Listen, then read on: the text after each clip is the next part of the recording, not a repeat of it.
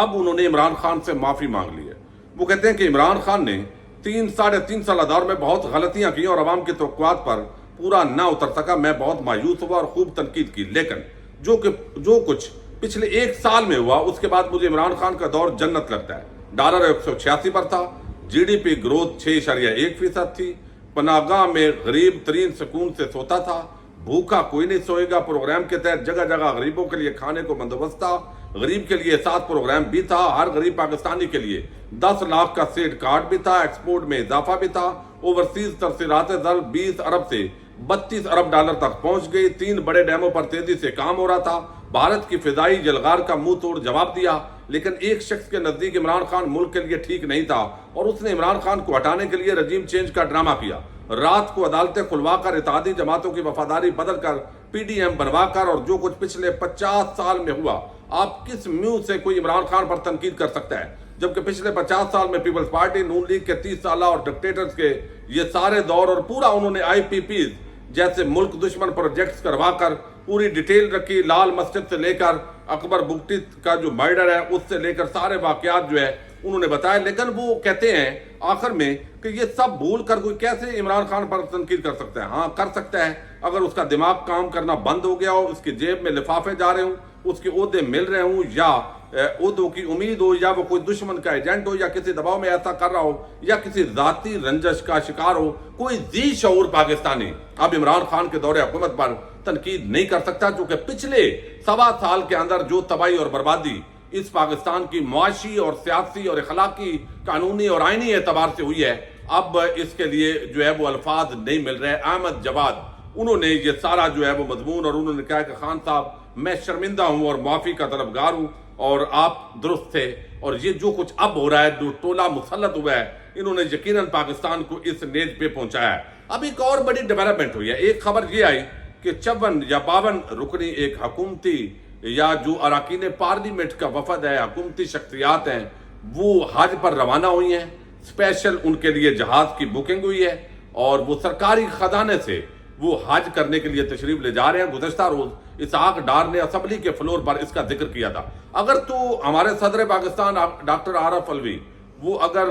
سرکار کے خرچے پر حج کر رہے ہیں تو انتہائی قابل مذمت ہے, انتہائی قابل مذمت ہے. اور اگر یہ سرکار کا پیسہ خرچ ہو رہا ہے تو یہ پھر عیاشی ہے, نہ کوئی یہ تو مفتیان کرام بتا سکتے ہیں کہ یہ حج ہوگا ان کا یا نہیں ہوگا, اور یہ جو طیارہ گیا ہے اس کے پیسے کون ادا کرے گا, یہ ابھی تک جو تفصیلات ہیں وہ حکومت نے نہیں دی. لیکن ایک بڑے عرصے سے جو واردات ڈالنی تھی وہ واردات ڈالی گئی, اور اب نون لیگ کے صحافی بڑے بھنگڑے ڈال رہے ہیں, اور وہ ہے جو جس طریقے سے آرٹیکل 62(1)(f) کے تحت جو نواز شریف ہیں اور جہانگیر ترین ان کی نہیلی ہوئی. جو بندہ صادق اور امین نہ رہے اس کو نہیل کر دیا جاتا ہے, اور جب اس کی مدت کے معاملے پر سپریم کورٹ آف پاکستان میں سماعت ہوئی تو سپریم کورٹ آف پاکستان نے قرار دیا کہ جو بندہ ایک مرتبہ اس آرٹیکل 62(1)(f) کے تحت نائل ہوتا ہے وہ انتہا حیات نائلی ہوگی, وہ 5 یا 10 سال کی نائلی نہیں ہوگی, چونکہ آئین اس حوالے سے خاموش ہے. لیکن حکومتی وکلاء کا موقف ہے کہ جب آئین خاموش ہے تو قانون بنایا جا سکتا ہے, اور قانون کے اندر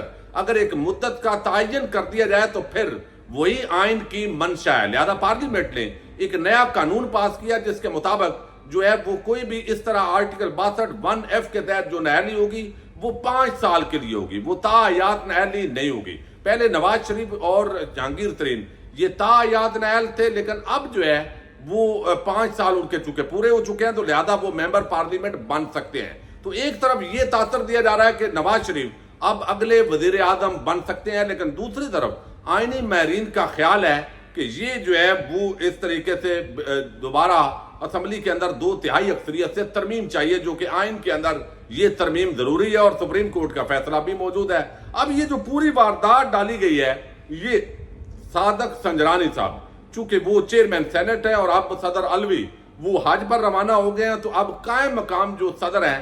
وہ اس وقت موجود ہیں صادق سنجرانی، وہی صادق سنجرانی جنہوں نے اتنی زیادہ مراعات لی پچھلے دنوں، آپ کو علم ہے وہ بل بھی اسمبلی کے اندر آ چکا ہے، لیکن آج یہ بل قومی اسمبلی سے کثرت رائے سے، چونکہ اپوزیشن ہے کوئی نہیں، سب ایک ہی ٹولہ بیٹھا ہوا ہے، انہوں نے یہ بل اپروو کر لیا ہے، تو یہ تا حیات نہلی کی جگہ 5 سال کے لیے نہلی، اور اس پر اب صادق سنجرانی تو 14 دن کے لیے ڈیلے بھی نہیں کریں گے اور واپس بھی نہیں بھیجیں گے، اور من و ان اس پر دستخط کر دیے جائیں گے، اور آگے یہ آئینی بحث جو ہے یقینی طور پر پھر بھی سپریم کورٹ آف پاکستان کے اندر جائے گی، اور اس کے سب سے جو بڑے بینیفیشری ہے وہ اس وقت جو ہے وہ نواز شریف ہے، اور نواز شریف اور جہانگیر ترین ہے۔ نواز شریف دبئی میں ہے، مریم بھی دبئی میں ہے، بلاول